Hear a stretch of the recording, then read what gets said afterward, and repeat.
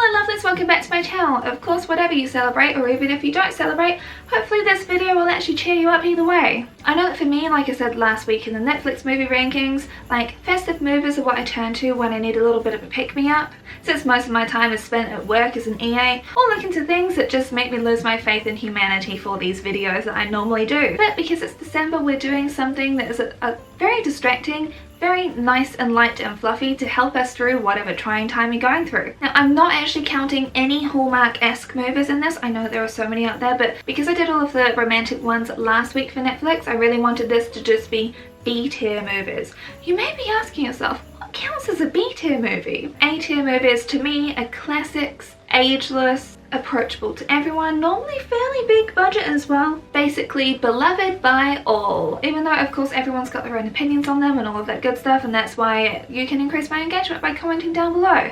Now the thing is, I ask people to suggest the movies, but then at the same time, a lot of movies are hard for me to actually get to watch here in Aotearoa. So some of the movies that people suggested I can't actually access here. I wish I could, but you know, I do not. Wouldn't this be a good time for a VPN sponsorship? Maybe next year, that would be really handy. We'll be doing this series again next year. It's just, I'm only including 20 movies this time. I'll include 20 movies again next time, but there's like 20,000 Christmas movies, okay? It's just too many to get through. So I did use the same spreadsheet because everything is compiled on one little Google Docs to make things easier for me. So the categories that I go for camp factor, unironically funny, quotability, meme factor, cheese factor, heart, music, and most of all, rewatchability. And it kind of goes without saying, like, how many glasses do you actually need to be able to get through something? So quick recap of the tier list. It's the same as what I used in the Netflix one. S tier is Best in Snow, A tier is You Slay Me, B tier is A Holly Jolly Time, C tier is Feeling Sentimental, D tier is Let's Get Elfed Up because you need at least 3 glasses of wine to get you through it, E tier is Resting Grinch Face, and F tier is Get the Elf Out of Here. So I'm going in random order for all of these. Who's here for the chaos? We are creating this look. I had no idea what I was actually doing. I just wanted to create an angel look. Everything that I use is cruelty-free, vegan, and not owned by parent companies that test on animals, and it's also listed down below.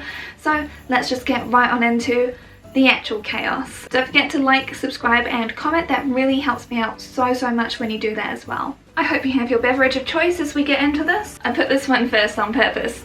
Santa with Muscles from 1996. You can't watch this anywhere except for free on YouTube. Oh no, you poor things. This is classic 90s action movie vibes, complete with B-grade quality. But I do absolutely have to say, Hulk Hogan is trying in this. And it is pretty endearing though. Like, it's got every single cliche you could possibly want in a Christmas movie. They went down the checkbox list. It's got product placement, capitalism, an evil dude, orphans, a change of heart, with orphans being rescued. It's like Scrooge but with a tan, like a scary tan, and muscles. And amnesia, like, can't forget that classic 90s trope. Also, it's got Mila Kunis in it. Did you know? I don't know if this is her first role. Also, I do not agree with anything that Hulk Hogan basically stands for today. But also, you don't need to worry because you're not actually paying him any money when you watch this. So feel free, go ahead and watch it. You will need a fair few wines in you. So this goes in Let's Get Elfed Up. Okay, I feel the judgment already. I'll Be Home for Christmas, the 1998 edition. I unironically love this movie, 100%. I will watch it every single year. So this came out in 1998, so I think it was like 8 or 9 when it came out. And the thing is that I only really watched it when I was 12. Like, I remember watching it because I had such a huge crush on JTT, Jonathan Taylor Thomas. In case none of you grew up with Home Improvement, he's basically playing the character of Tim the Toolman Taylor, but a young version and in college. It is actually unironically hilarious. You can watch this on Disney Plus. Because this is based on like an 18-year-old, it's got all of the typical vibes that you'll be expecting, and it's got Jessica Biel in it as well, and I actually quite like her character in this. It's a B-grade movie for sure, but the production quality is actually there. The adult jokes are there, the commitment is there, and the Christmas message is like, it's so blatant what the Christmas message is. Screw you, Rotten Tomatoes. I do not agree with all of the critics. I have such a laugh watching this movie, sober or not. Doesn't matter. I genuinely really like this movie. Honestly, I'm actually really surprised that someone like Jamie French hasn't ripped into it yet, because it is ripe. Like, ripe for the taking to just rip apart. So 100% she needs to do a video on this, because I'd love to see her green screen inserts. Unashamedly, this is going in A tier. You Slay Me. 4 Holidays, or 4 Christmases. This came out in 2008, and it definitely feels like it. So when I was watching this movie, it genuinely makes me want to do a whole deep dive into the toxicity of the 2000s. Not just the TV programming, but film. Like, the whole decade. Oh my god, I really want to do a video to unpack that, so let me know if you want that in the new year. It's got some racism, some hyperphobia, some fat phobia, like it's just got all of the problematic things, all wrapped up in like this neat little bow. But I still like this movie.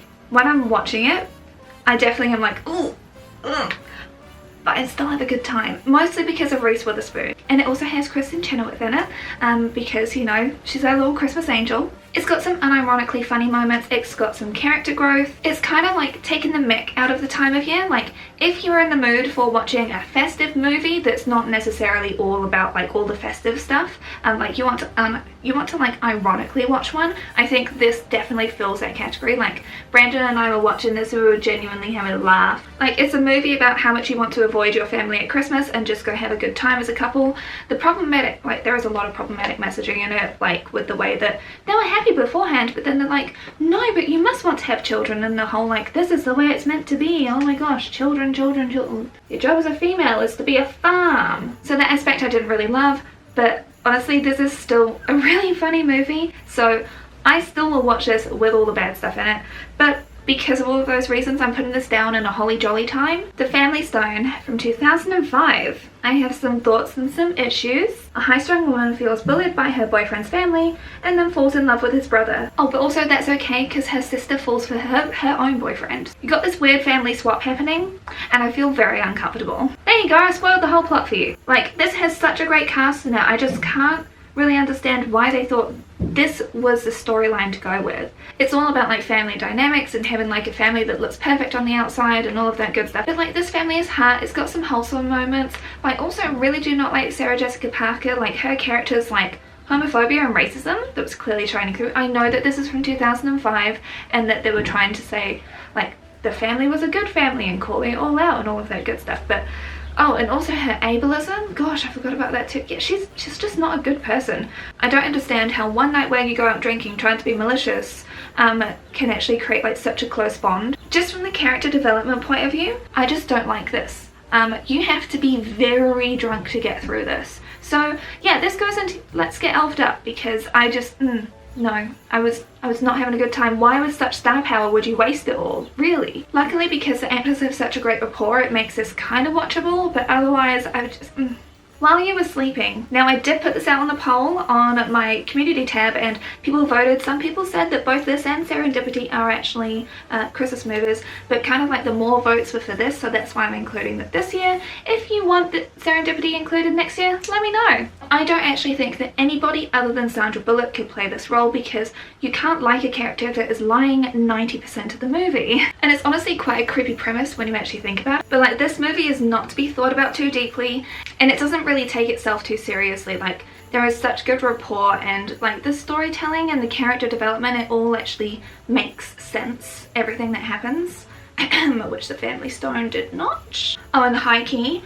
I love the grandma that wears too much makeup. Like, she is actually me, like fully, she is me when I'm older, she is me right now. Wearing too much makeup, check. Heart problems, check. Here for the chaos, check. Like, when a fight breaks out, she's just there recording it. Like, I love her. Like, it's so brilliant. Oh, and also Sandra's face when she's actually welcomed into the family's makeshift Christmas. Like, that is me when I'm watching Hallmark movies, you know? I'm just like, oh, this is just, yeah, that's me. So, yeah, I fully get why she would lie, given the fact that, you know, if you know the movie, then you'll know all of the backstory behind it. I don't really want to spoil it if you want to watch it. If you can suspend your disbelief to think that in this universe a train ticket agent can afford an apartment on their own with a cat and a huge beautiful Christmas tree, then you can believe everything else that happens in this movie. That is the most unrealistic part, because this is based in Chicago as well. I was like, wow, okay. This is a movie that pokes fun at itself as much as it does like earnestly compel you to feel things. So it's got all the warm fuzzy vibes, like it's just good. So while you were sleeping, it goes into a holly jolly time. The Mistle-tones, 2012, available on Disney+. Okay, I was actually really apprehensive about watching this movie, and I was like, oh, I guess I'll have to. But now I'm actually just mad that I haven't watched this before now. Like, seriously, genuinely quite mad, because it is such a campy, fun time. Even though it's made in 2012, which the rest of the fashion definitely speaks to, I remember this time well. The whole premise is that Tia, you know, Tia and Tamara? Sister. Oh, I love that show so much. That was the main pull for me watching this. I know that it's got Tori Spelling in it as well, but Tia, so here for it. And she can actually sing, which leads me on to the whole premise of the movie, which is there's this group called the Mistle-tones, and they've got an opening in them, and her grandmother actually founded it, but then for some reason she wasn't included in it, so there's this audition thing and they pick someone else, and so then it turns into this whole ragtag group getting together of people, and then there's a song contest at the end. If you like Glee, if you are a theatre kid in any way, shape or form, you will love this movie. Like, it is campy. The whole thing with the HR lady saying like, oh, if you're actually going to be like fraternizing, you actually need to fill out a form. The more you know, kids, because you do actually have to do that. If you get into an inter-office relationship, whether it's at different levels or whatever, you do actually have to fill out paperwork for conflicts of interest and because of SA. So the more you know. The sound editing of this really did bother me quite a bit though, because it was very obvious parts that were dubbed over, so that was an irk. So if that stuff gets to you, you might take this down a notch. But I'm actually still putting this in a jolly holly time because it's full on, it is out there, it is a fun time still. Now if you know my husband, you won't be surprised why I picked this movie. The Night Before, 2015, available on Netflix. I love this movie. Now Brandon did not want to watch this again because we watched it a few years ago, but then we were both cracking up laughing the whole time. This is so it's a Seth Rogen movie, but it is so freaking funny. It's got James Franco in it, and I know that we don't like James Franco anymore. I just am kind of overlooking it because he doesn't play like a central role in it. When I say I was uncontrollably laughing, you know when people back in the day typed ruffle, that was actually me. Oh, is this for anyone under the age of 18 or who could take offense at anything at all? Definitely not, but it appeals to my humor, and actually it's got a whole bunch of heart in it. The camaraderie, the friendships, the Christmas messages, the Hanukkah messages, like it's got everything, and oh, such a fun time. I cannot even explain how much of a fun time this movie is. It's actually one of the funniest retellings of A Christmas Carol you'll ever watch. This goes into Best in Snow. I don't care what you may say, I love it so much. I will even put it with watching James Franco, who I used to have a crush on, but now definitely don't after I found out that stuff about him. And now to like really bring the tameness level crashing back down, Noelle, available on Disney Plus. Like, this one is suitable for the whole family, so there you go, and it's cute. I actually think this would have been better if it came out in the 90s, because like some of the messaging in it feels a little bit defunct these days. It definitely feels like if this had come out in the 90s, it would have been so much better. Oh, but oh my god, Snow Cone, the baby reindeer, oh, so cute. I just want to squeeze him. The way that the whole North Pole functions and works and the aesthetics behind it, oh, it's so adorable. Like, you can really tell that they genuinely thought about so much of what they were doing with it. It doesn't feel like necessarily a cash grab, and I do like the actors in it, and it's like Anna Kendrick is just born for this role. Oh, I forget the kind of grandmothery sort of role. I forget her name, but she's also in Steel Magnolias, and she's actually so hilarious. Like, there are genuinely moments in this movie that gave my heart like these nice warm fuzzies, which I wasn't really expecting. I was kind of expecting this to be like a bit of a phone-in movie, but it's actually pretty cute, pretty adorable. If you've got little ones, or if you're just a big kid like me, then you'll enjoy it. You will be having a good time. This one goes straight into feeling sentimental. Please enjoy the costumes in it though. Like, the costumes, the sets, very, very cute. 12 Days of Christmas is Groundhog Day, but with actual character growth and development instead of just manipulation. Here for it, right? Sounds way better than the original. I know that everybody loves Bill Murray. I'm sorry. It's actually just emotionally manipulative in that movie and out for his own gains, so I like this one way more. Plus, this has Zach Morris in it. You may be asking, but Bryony, who's that? You were too young for this channel, clearly. Have you ever seen Saved by the Bell? He looks way better as a brunette. This is like a Zach Morris redemption arc. Okay, so there's actually been a decent budget put into this movie, clearly. Some of the establishing shots, oh my god, they're hilariously bad. But like, this movie is actually really funny. I'm genuinely, honestly saying that. I saw it last year as well. This is actually going into my yearly rotation. Is it Oscar worthy? No, but it's definitely a way better watch than what you might think. It is that heartwarming and then also funny that I'm putting this into You Slay Me, because like I said, the character development is actually really well done. Like, just go watch it. If you disagree with me, feel free to come back and comment down below. Raise my engagement. I dare ya. Now switching gears entirely, All You Want for Christmas, released in 1991. Just finished watching this one this morning. And yes, I actually paid $3 for this because you can't get it anywhere else. This is truly a massive nostalgia moment. There is no other way to describe it than that. Like, because it's from 1991, it's got the big hair, it's got the cheesiness, it's got more cheesiness on top of that. It's literally about a couple of divorced parents whose kids just want to get them back for Christmas. And actually decent child actors in this. Oh my goodness, decent child actors. If I had watched this as a child, this would have been like one of my favorites. Obviously, if you're a child of divorce, you can fully understand the premise of this. And it's in New York where a child of 5 just go running around completely safe. It's the kind of nostalgia for a time that didn't even exist. This is obviously the movie about like incredibly privileged people because obviously everyone's white, and it's in like a very nice area of New York that the mother lives in at least, but her mother is actually Lauren Bacall. That's why I wanted to put this movie in here. If you don't know who Lauren Bacall is, I don't know what to say to you. She is the woman who brought Humphrey Bogart to his knees. She is fierce, she is witty, she is sharp, she is intimidating. My god, if I ever had the chance to meet her, obviously back when she was here with us, I would have been in awe and scared. She steals any scene that she's in, and I swear that she could have ad-libbed this stuff because she is still very witty in real life too.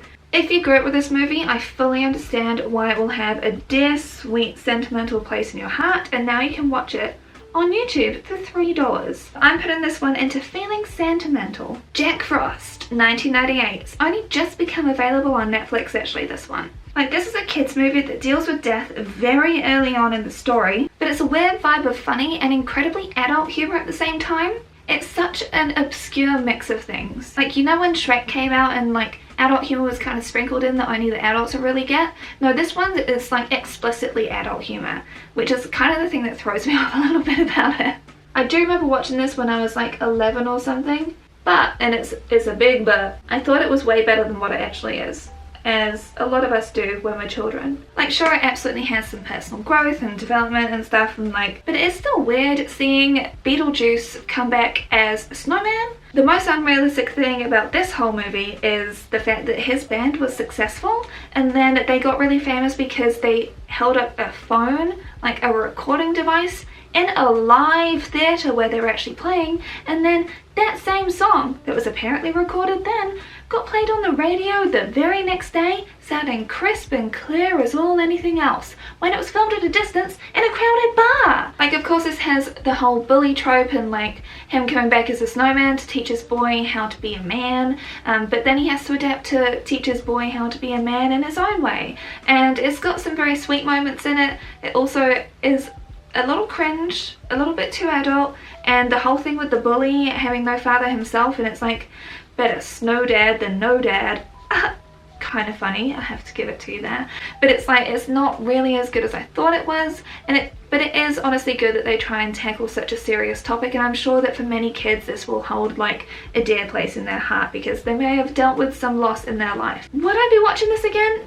No, but I fully understand why other people would. So for those reasons, I'm putting this into feeling sentimental. Now we're going to talk about Deck the Halls, which came out in 2006. Another early 2000s movie, but Danny DeVito absolutely makes this movie. Without him in it, I would not be wanting to watch it. The incredibly emotionally damaged male who desperately needs therapy but instead gets 100% taken up with conquering things that he thinks that he needs to. Yes, this toxic message I think can resonate with a lot of people who have seen male figures in their life just avoid therapy at any cost and get suddenly into small trains or something, obsessively. That won't make your father love you, Jim. It's interesting that Ferris Bueller became so conservative as well as he grew up. Now honestly, I personally do not get the whole neighbourly rivalry thing around the decorations and all of that stuff. Maybe I live in too poor an area because like we can't really put up decorations where I live. But at least from what I've gathered from American TV, what your neighbours are doing really directly impacts you. Like the whole keeping up with the Joneses apparently is a real thing. If so, then yeah, this movie does show how incredibly toxic your way of life really is. Does it make me incredibly uncomfortable how sexualized these 15-year-old girls are? I do not care if they're actually older in real life. I don't care. It's throughout the whole movie. Not having a good time. No. Why? Why? Like, why? I did enjoy parts of this movie, but again, if Danny wasn't there, I don't think I'd enjoy any of it. Danny DeVito, I love you, but this is going straight into Let's Get Elfed Up. You need at least 3. Christmas Chronicles on Netflix. Okay, high key, this was better than I had anticipated. The Santa costume, badass. And whatever they did to that wig, can you tell me? Like, I'm sure that cannot be his real hair. Like, see, how? It's so lustrous. Everybody learns in this movie, everybody grows, including Santa. They deal with loss, they deal with growing up, they deal with the message of Christmas. It's actually an all-round pretty good time. The jail bit is a bit off. There's definitely a little bit of casual racism, which I wasn't expecting to see from a 2019 movie. I'm not really going to call this a classic though. Like, there's probably a mum group that actually really does enjoy this purely because of the Santa. And I googled it. Yeah, there is a fan group just for the Santa. So, enjoy? I'm putting this one into feeling sentimental, because of the innuendo I can put in there without having to say it. This looks like more of a 4th of July kind of look. I think I saved it, but if not, please just look at the unicorn horn on my head. Christmas Chronicles 2, because of course I had to follow one with the other. The first one was so much better. Like, I do not understand what the hell they were actually thinking with this movie. I do feel really sorry for Goldie Hawn with the fact that she's even associated with this movie now. Oh, I mean, like, she was trying it with the little that she actually had in her very traditional gender role that she had. But the thing is that the aggressiveness is so weird in this one, and the character stories, like how the villain got to be the villain. What? It wasn't even understandable at all. It's basically 2 male lions in a pack and what would happen. That's the whole story. And the fact that the North Pole is a cult and you cannot convince me otherwise. Genuinely. When I was watching the ending I was like, ooh, okay, now it makes sense. Also, the animal violence was played for laughs, and it's like, it's pretty brutal violence that was happening to these. I don't even want to include it. The little girl, like, her character development from the last movie, she'd learnt so many lessons, all sorts of good stuff. Then this one, it's like we go tumbling back to like her acting like a 5-year-old. It just doesn't even make sense. The whole premise is the fact that she doesn't like her mum's new boyfriend, who just so happens to be black. And I fully understand why the older brother, like the guy who played the older brother, would be like, I don't want any part of this, because I think that if he was included, the movie would be even worse. I'm putting this one in to get the elf out of here. I just did not have a good time. I was forcing myself to get through this one. Snowglobe on Disney Plus. It actually has a banging soundtrack as well. It's got the Spice Girls, it's got Britney, it's got Hanson, all Christmas versions, because I was like, that's Mel C's voice. Oh my god, that's Scary Spice. Like, this is way less camp than Mistle-tones. It's a little bit more Hallmark kind of esque. It's like Pleasantville mixed with Hallmark movies. Like, that's kind of the vibe I get from this. And it's got Christina Milian in it, and she's actually a good actress. Like, I'm sorry, if you're kind of like my age, then you'll also have listened to a lot of her songs when you were a teenager. So she's multi-talented and beautiful. Why are the male leads that she gets paired with in movies so blah? Like, I'm sorry.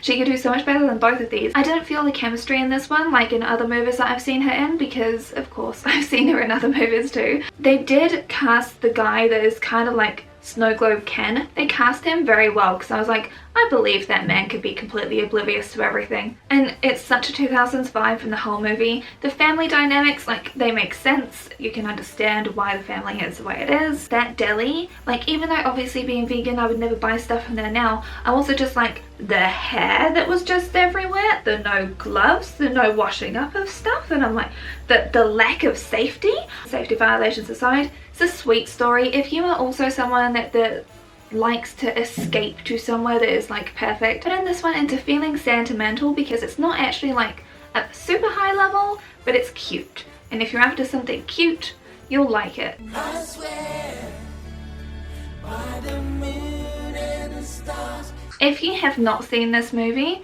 just skip past this one and go to the next one. You have to watch this movie. For some reason it's not even available here in Aotearoa, but apparently you can get it in the US on Netflix. I'm jealous. If only I had that VPN. The comedic timing of this, the story, the characters bouncing off each other, everything. I love this so much. This is from 2005, I think it was. It definitely has 2005 humor. It definitely has the trope of the crazy girl. But like, Ryan Reynolds just shines in this. he beams like the angel on top of a tree, like just glows. Of course, like I know him from the Two Guys, a Girl and the Pizza Place show, and yes, it does have some fat phobia moments in it as well, because obviously like he started off as like a dork in school and then lost weight and is now a player and all of that stuff. It's all character arcs and all of this. It's actually really well done, the sibling rivalry. Go watch it, you'll have a good time. Anna Faris honestly gets so overlooked for her comedic timing and her acting, like so funny. I'm putting this one all the way up into You Slay Me. Like, it's because of the 2000s humor that I have to bring it down a little peg, but it is right up there. Every year, watch it. Doesn't even have to be Christmas time. It's got everything in it. I love this movie. Jingle Jangle on Netflix. This is one that is for the whole family. Can I add a category just for the costumes? This movie is beautiful, like the costuming, the set design, the story is really sweet, the character development is sweet, the songs. It's a musical. If you don't like musicals, you will hate this, but this is something that I think the whole family can watch, and oh my god, finally we have an all-black cast with actual budget put behind it from Netflix. Thank you. It's a really great festive movie around believing and betrayal and reconnecting with people in the toy world, the toy making business and the invention business. It's incredibly creative. I think that this is done super well. Is it something that I'll probably be watching every year? No, I won't be watching it every year. It's not quite to the level of like humor that I really want from like a B-tier movie. This is definitely something that I think that pretty much everyone should watch at least once. Even if you don't like musicals, I think it's still very cute. This one I'm actually putting into a holly jolly time. It is well executed throughout. Jingle All the Way. If you thought I wasn't going to include this, what the hell? Of course I had to. Like, this is a classic Christmas movie at this point, but it's not A-tier Christmas movie. This is B-tier. But that's also why we love our trash, okay? We're all raccoons here. I love it, and I managed to get my husband to watch it, and he enjoyed it too, even though he's like, it's definitely still a B-tier movie, but he was laughing his head off. So this is for everybody. I think this is something that everyone can really enjoy. Of course, it's very 90s. It is classic Arnie. It critiques capitalism in that very 90s way that of course it would. It is very campy. Love the camp aspect of this. Arnie is genuinely trying in this movie as well. The kid I don't think is the best actor, but it's fine. It's not really about the kids at Christmas time anyway, is it? Now, his chemistry with Myron Larrabee is actually really funny too, even though they do kind of put him in like the kind of token black man trope. The energy level in this movie, like you feel the panic. Oh, and also the creepy neighbor. I can fully expect that he would exist. I do not believe you when you say that all the women want him, because definitely not. But the creepy neighbor that thinks that everyone wants him and then just like encroaches on everyone's lives, invites himself into people's houses.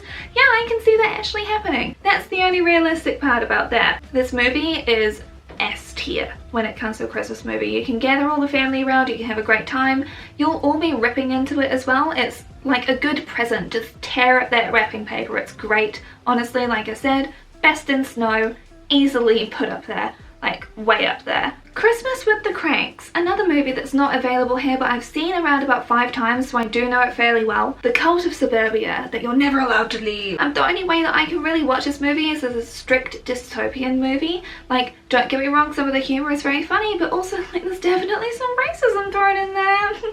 Hello 2000s, you're knocking at the door again, aren't you? Pretty sure that everyone's pointed out by now that this is a horror movie in disguise. It's based on suburban guilt and neighbours judging other neighbours and the fact that you have to have decorations up. I do not live in a place where you have that kind of expectation on you. I'm not rich enough for that. I don't know what it would be like to live in that world, but I think that I would have strangled someone by now. It's all forced indoctrination of Christmas, and I do not like the ending. They should have just gone on that nice cruise. Screw what your neighbours say. What are they gonna do? You think they're gonna vandalise your house? No?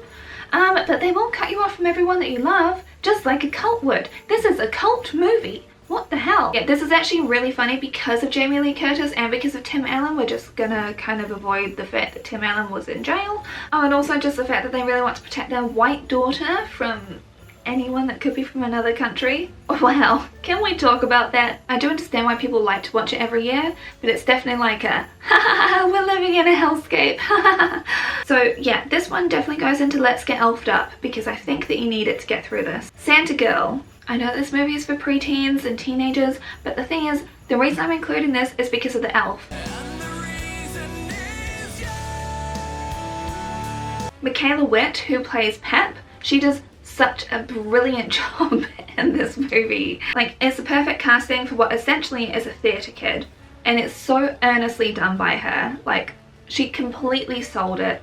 The Santa girl, like the lead character, I kind of feel like she was made to have to act in a more bratty way, a way that doesn't actually correlate with her age at all. I could feel her uncomfortableness at some of the things that she was having to do. This one does have Jack Frost in it as well, and it's got Business Santa in it, like, who's also been in a number of other of these festive movies. I guess it's like that whole Santa vibe he gives off, right? He's also in our Netflix movies, if you haven't seen that before. Oh, also, the Jack Frost casting, he's actually terrifying. Wow. I was scared, and I'm 32. On the whole, it's kind of a sweet watch, but it's definitely for a different demographic. Luckily I was a few in. So they got Barry Bosewick from Rocky Horror Picture Show fame, but then also look at the elf ears, because I'm sorry, they're distractingly bad. Why? Why are you doing this to us, movie? That will just distract you the whole movie if you have to sit through this. This definitely goes into Let's Get Elfed Up if you have to sit through this with your child.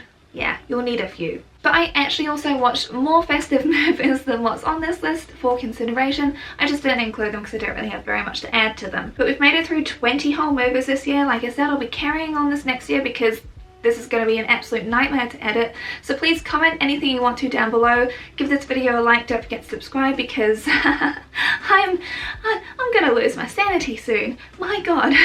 If you have any more that you want me to talk about next year, like, this is my list so far just here. Like I said, sometimes they're hard to actually be able to watch in Aotearoa. But yes, please comment down below if there's any others that you want me to include on the B tier next year or on A tier. Just specify if you want it B tier or A tier so that I know. Of course, there are some movies that will be missing from this that you're like, ah, that belongs in B tier. Maybe I think they belong in A tier. Who knows? This could be my list. I hope that you all have a wonderful festive or non-festive season. Basically, I just hope that this video was able to distract you from the dystopia that we're living in, and also maybe give you some movie recommendations of things that you might actually enjoy, because sometimes it can be hard to know like exactly what matches your vibe. I know that I definitely go there sometimes. So hopefully this was helpful, and thank you so much for watching. Don't forget to subscribe. Next week we're talking about Dolly Parton to like ease out of the festivities, but also kind of carry it on a little bit because that's coming out on the 27th, I believe. Again, still that one's a lot of work, but hey, here for it.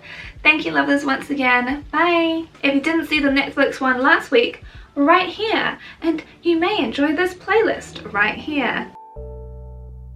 I'ma do the things that I wanna do, ain't got a thing to prove to you. Sorry, I just went on a bit of a Weezer tangent. I swear by the moon and the stars in the sky, I'll be there, I'll be there.